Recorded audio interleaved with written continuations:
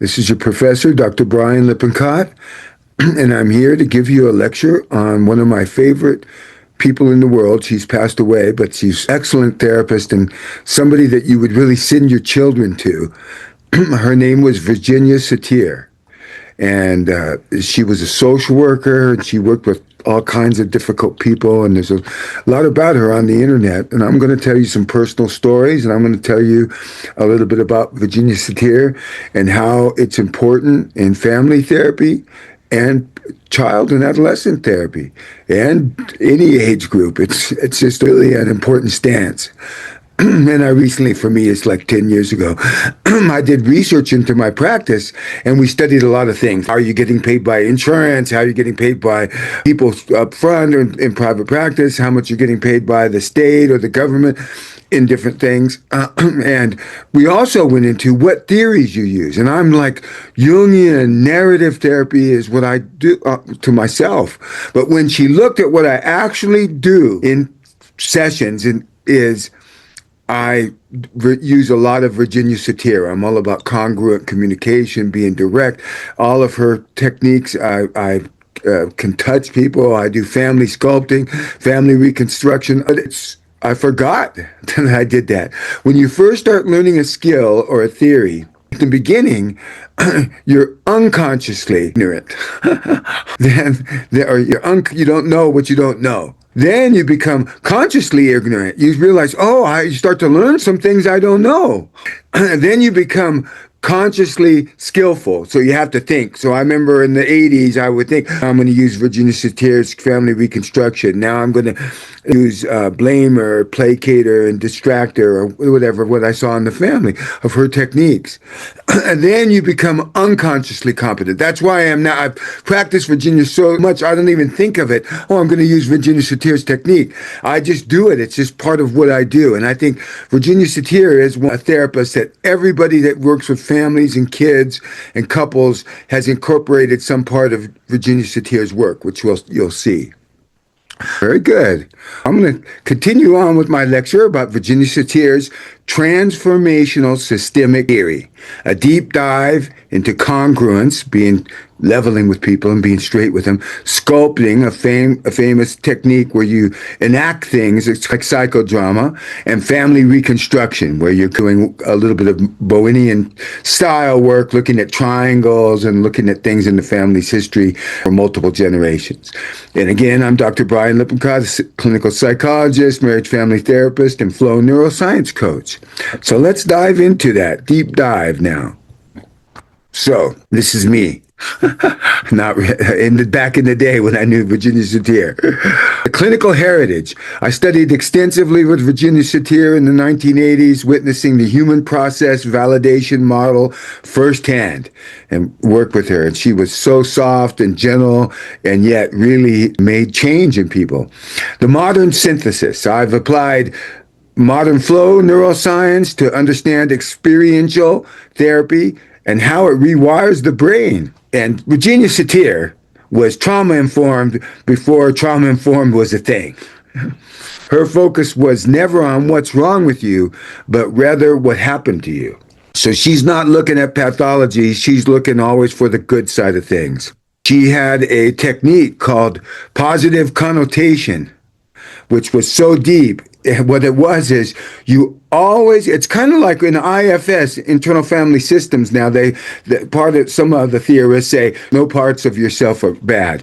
But in the system, she says, people aren't doing things for bad reasons. And I'll tell you a story of the ultimate of that, the more towards the level of positive connotation that I've ever seen anybody do. And you really have to believe in positive connotation. Positive connotation is you believe no matter what people are doing, they're trying to do good. They're trying to do the best they can. So this was at, I don't know if it was Soledad or Vacaville, it was one of the state prisons in California. And Virginia Satir was doing a workshop with some of the prisoners as clients in her thing. And she was working with a guy that had his daughter, who was young, maybe 13, 14, several times, and he wanted to stop. And so what he did was he took her out in the middle of the desert and dropped her off.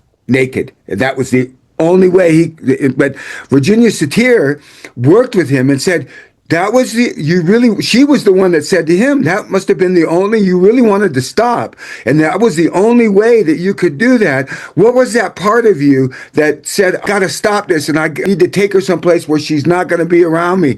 And that you did that. And then when the police found her, that's how he got arrested and he got imprisoned for that. But he did stop doing it. And but that is pretty radical. I couldn't do that. A lot of people can't do that. But that was the heart of Virginia Satir. She had the heart of a lion and the heart of a dove. She was, but it was a life force thing that came out of her. So that's just the way she was. I know that's a hard story to hear. I probably should have gave you a trigger warning about that. But it also really shows the concept and just how strong in her beliefs and how spiritual, in a sense, Virginia Satir was. So the hierarchical threat reward model. This is how a lot of family systems work, a lot of our court system. I mean, I wish sometimes I could get the whole, the kid is arrested for tagging and smoking weed in public at 16 or whatever. I see it as a family problem. I wish the whole family could be sent to treatment, but in the law, it's all based on individualism, which is not what Virginia Satir is based on. But you have this closed system. You see, it's all tied up and not. Closed system relies on rules, judgment, and punishment. Defies people by the roles. You are your role, like the blamer, the placater, the father, the mother, the child. You're the child, or whatever. Defines people by their roles, or the nurturer, or the lawgiver, or whatever. Resist change to maintain structure. They want to change that structure, even if it's an alcoholic system. You got to go into a little chaos, which we'll talk about later with the alcoholic system, because change even good change is difficult to adjust to for families. It takes a little bit, and you need support. Now, planting seeds was one of her metaphors, Virginia's metaphors. The organic model, open system, open. You can bring the football coach in, you can bring the teacher in, whoever's part of the problem, that's part of the system. Okay, assumes human goodness. It assumes people want to do good. Now we call that yield theory. Dr. Conte, one of the famous psychologists that deals with anger management with NFL players when they do crazy abusive things, talks yield therapy, that you always assume that the client is making and he said what Dr. Conte and Virginia Satir told herself is, if I lived that same life of that person, if I had the same stressors, the same things going on in my life, same traumas that happened to me, I probably would do the same thing. Right? It's really hard, but you have to really empathize with the client to do her work. Focuses on growth and the equivalency of value, that things are valuable, and people's souls are valuable. Driven by an innate life force. She was very spiritual, and near the end of her life, she did a lot of spirituality, became more a part of it. But we're driven by this innate life force, like Jung and Freud would call that libidinal energy. But it's more than just sexual. It's a life force that us, and it's kind of what, like James Hillman talked about, the daemon, that part of ourselves that's our guardian angel out in front of us, leading us towards being who we need to be. The key insight for Virginia Satir: therapy is additive, not subtractive. So we're not trying to treat problems, we're trying to add value to the system so that people's natural health can come out. The goal is to add health, not merely eliminate pathology. The Satir Iceberg Model. Now we've seen Satir Iceberg Model for Freud, there's a lot unconscious, a lot down here in the thing. But so for her, behavior, action, the story, the narrative, what is observable in the family. Then you go down a little bit, you get the coping stances like blamer, placater, distractor, the irrelevant one. Okay, this, if you notice, if you have a family of three, if it's a little baby, if the two parents start arguing, the tension in the room is palpable. The baby or the child will start acting out and throwing blocks and distracting. Already at like 1, it's an unconscious process. She really dealt with feelings, present emotional reactions, She dealt with people's perceptions, their beliefs, and their explanations of events. So she's going in that somatically. Their expectations, which are unmet needs, unmet rules, like our family doesn't talk about these things. Therapists have to deal with that unmet rule from the past.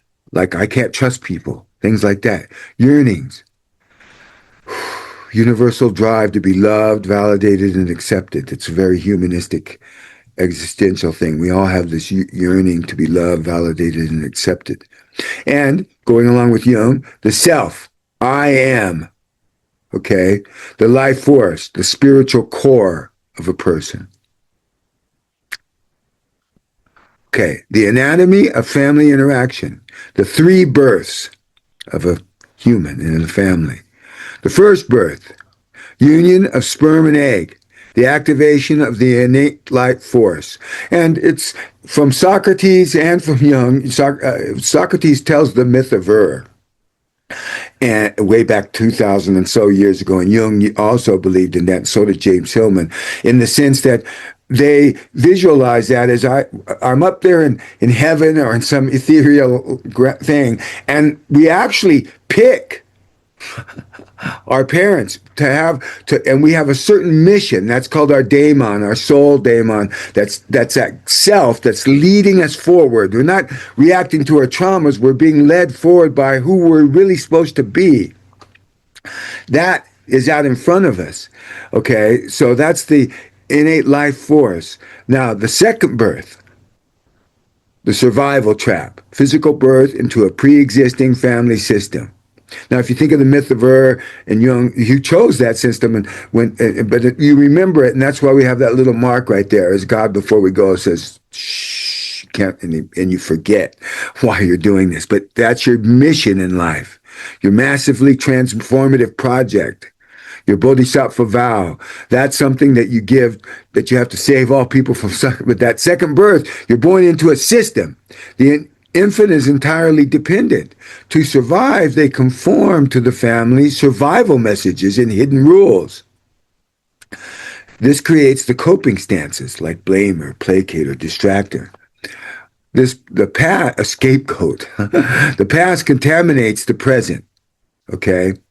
So so you're born into a system that already has been going on for eons, probably in the long run, but all the way to the collective unconscious. But at least for the last 3 generations, that's influencing what's happening right now.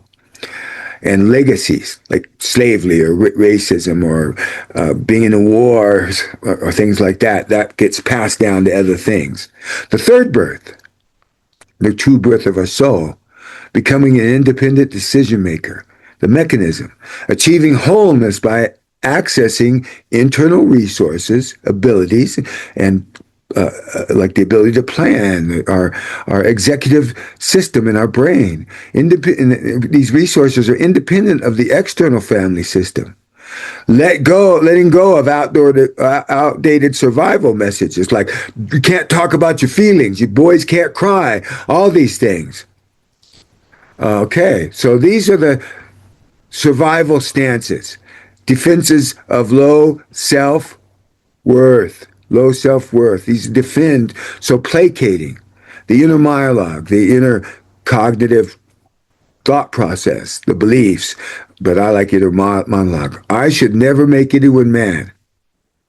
I have a lot of this in me, personally, the placating. Appeasing and disregarding own feelings. Now, the discounted part is the self. You're discounting yourself. Okay, that's the loss there.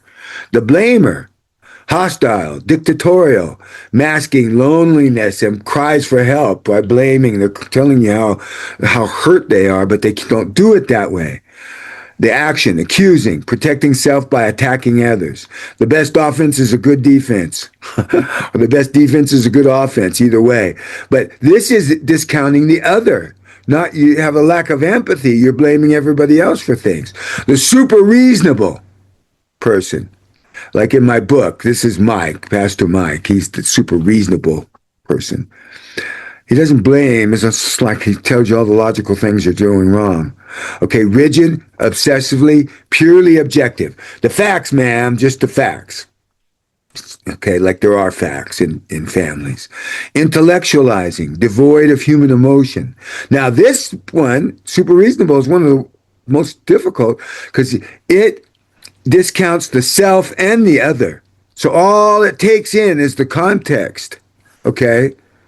The irreverent, constant distraction. That's the kid who, when the parents start arguing, he starts throwing the blocks and distracting because he feels the emotional tone rise, or she does, feels that emotional tone rise, and then she starts crying or whatever, moving away from the issue, clowning. This is the class clown. And they're discounting the self, the other, and the contact. They're discounting everything. They're just hopping here and there. This is a tough place for a kid to be in. A lot of kids that get sent to therapy are here.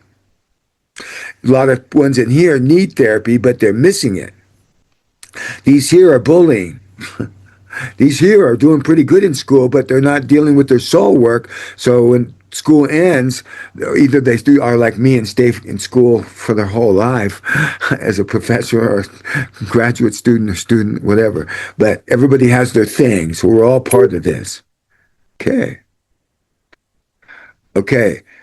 So now, congruence. Congruence is leveling people. Congruence is like what's inside of you is what you're showing on the outside.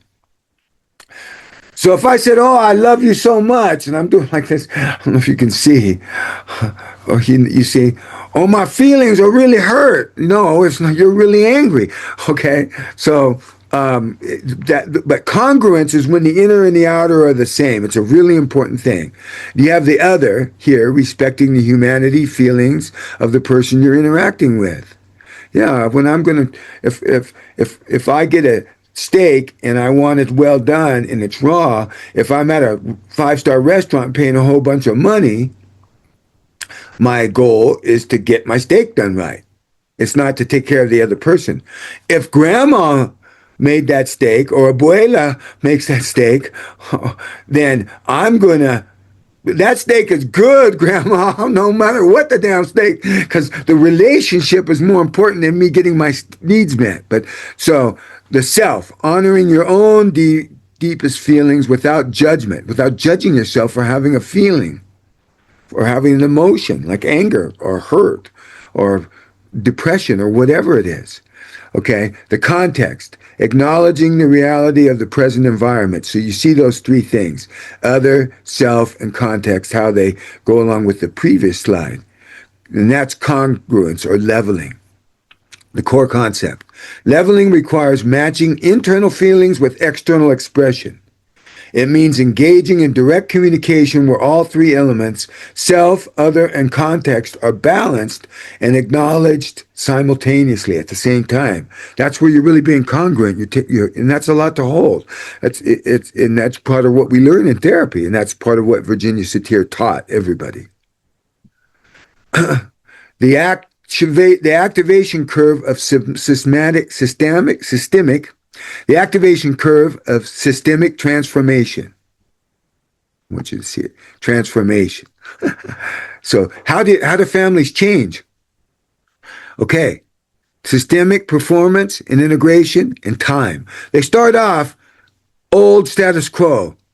The family is stuck in the rigid survival stances. So they're at status quo. They've been that way for a while. Even if it's an alcoholic family, abusive family, or whatever, they've come up with some type of, everybody has their roles. They're kind of at status quo. Then some foreign out, like all of a sudden the 12-year-old becomes a 13-year-old, and it's like, screw you, Dad. It's like something, the trickster archetype happens in the kid. Or I'm focusing on the kid, but it could be an illness.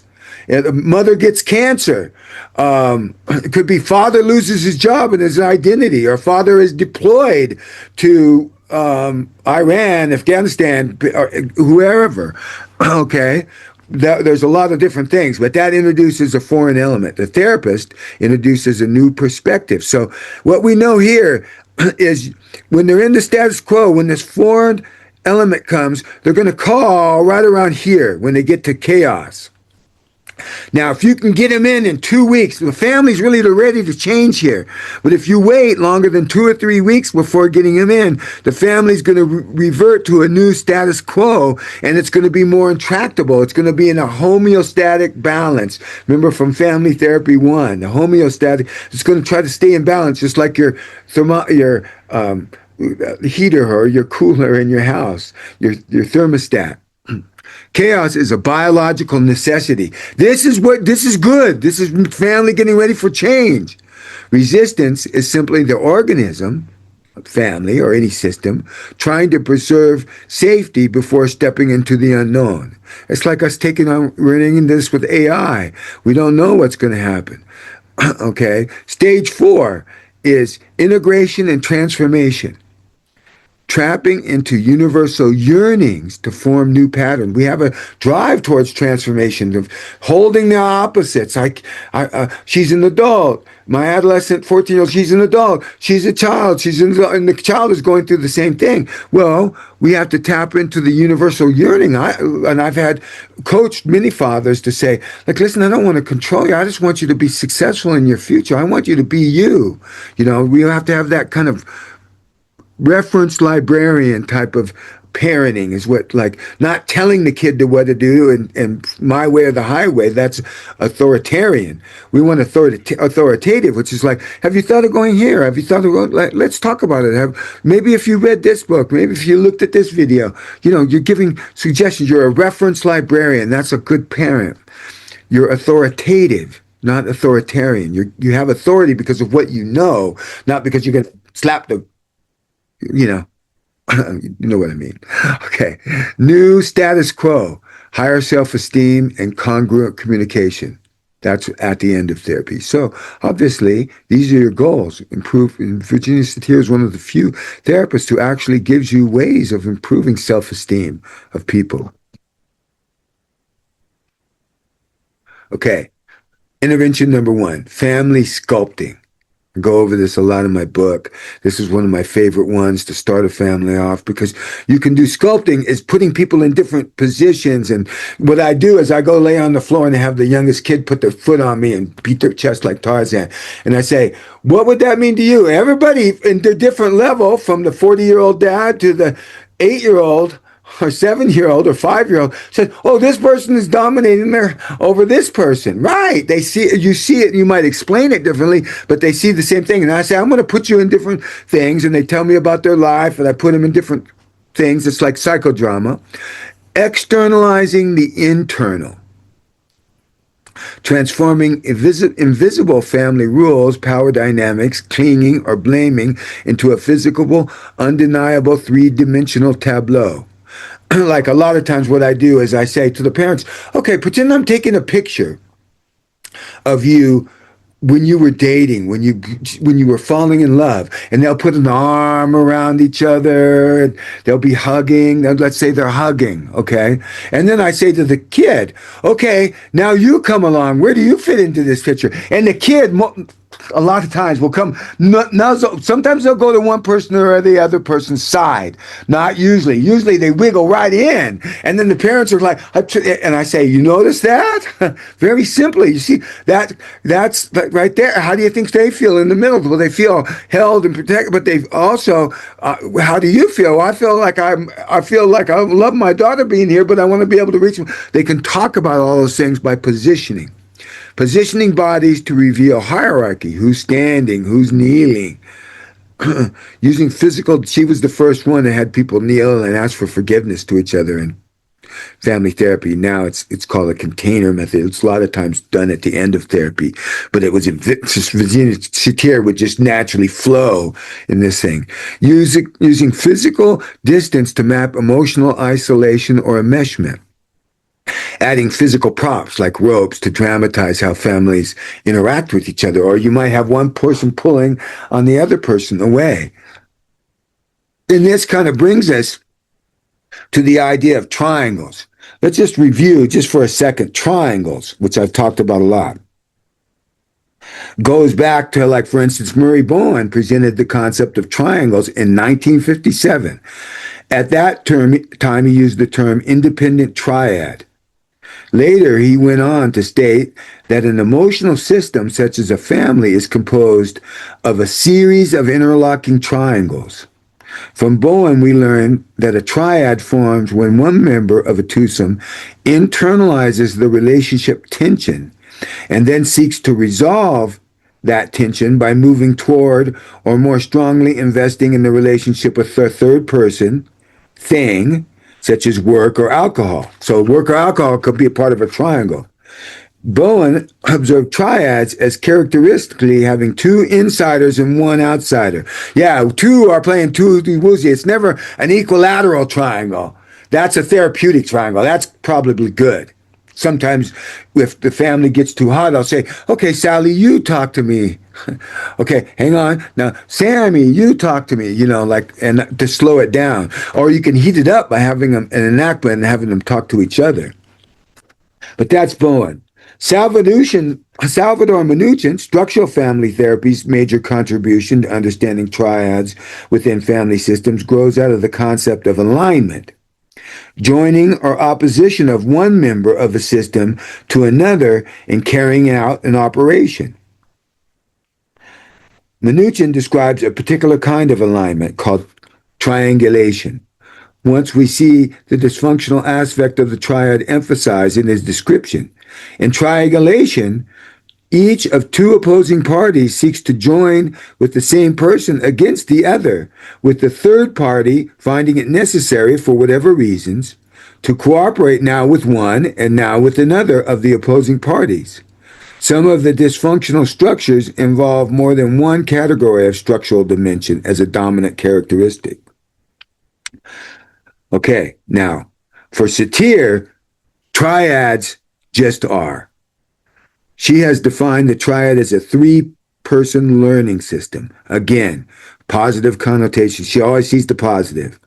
From the moment of conception, each human being is part of multiple triads, which are simply given in our complex transactional lives.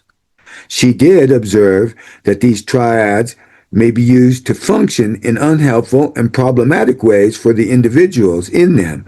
But additionally, she presents the qualities of a nurturing and supportive triad and the important ways therapists can enhance the process of transforming dysfunctional ways of being in triads into functional, more satisfying ways. An underlying belief of Virginia's approach to the world and the people in it is that at any moment an individual's thoughts, feelings, and behaviors are determined by longitudinal influences. Longitudinal meaning long-standing influences. The sum of his learning experiences since birth. That's attachment theory. And she views the experience of the primary triad, mother, father, child, as the essential identity of the self. Okay. And she goes on, this is important. On the basis of the learning experience of the primary triad, the child determines how he fits into the world and how much trust can be put in relationships with other people. For instance, a child who in the first few months of life experience many feelings of abandonment is likely to have a difficult time forming close, intimate relationships with others unless new learnings, and that's what Virginia is going to provide with sculpting and things, can replace the early experiences. It is also in the primary triad that early in life the child develops coping mechanisms to deal with stress. Most stress patterns that individuals experience in their adult lives have their origin in the cradle.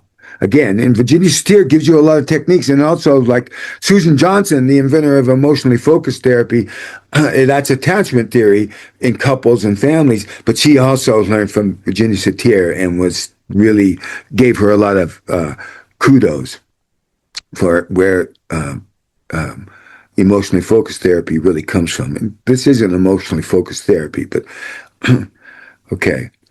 The technical term is experiential family therapy. And it's part of the large group of humanistic psychology. And then that finally became positive psychology. Nowadays we call that. Positioning bodies to reveal hierarchy. Who's standing, using physical distance, using physical props. Okay. It's like a little drama class. The diagnosis. The stuck sculpture, all tied up in knots. Sculpting bypasses the intellect. Families cannot rely on verbal defenses when their bodies are physically positioned to mirror their dysfunction, like blaming or, oh, honey, oh, I'm so sorry, whatever.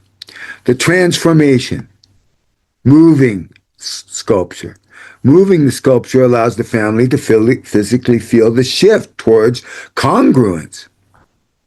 Now, this is action over archaeology. Satir abhorred, she hates therapies that droned on and on, probably like you in this class, sometimes hate me droning on and on. Okay. Merely exhuming dusty bodies of the past. Sculpting forces the family to live, breathe, and experience in the moment. It's like mindfulness. It's like flow. Deep emotional shifts in the present moment.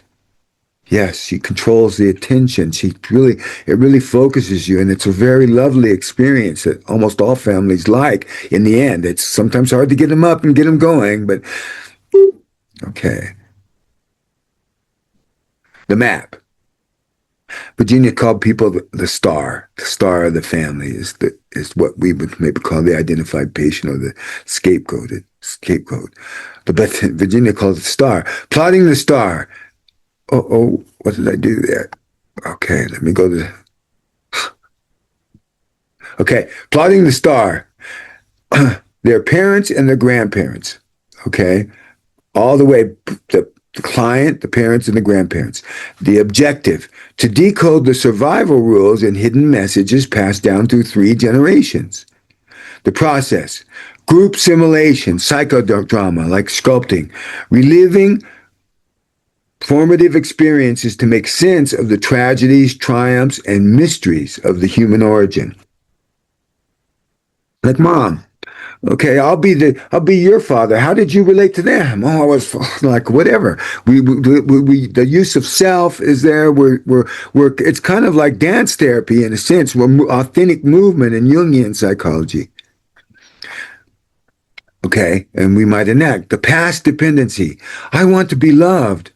The star is trapped, viewing the parents solely as authority figures who withhold validation. I just want to be loved.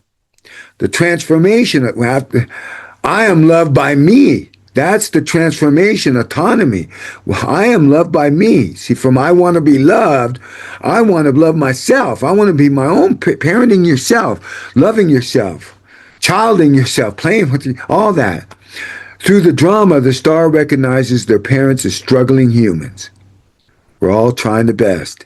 Unfinished business is resolved, a lot of times by kneeling and asking for forgiveness, which is a really important part of therapy, is forgiveness. It really kills people on the inside to not be forgiven for who they are.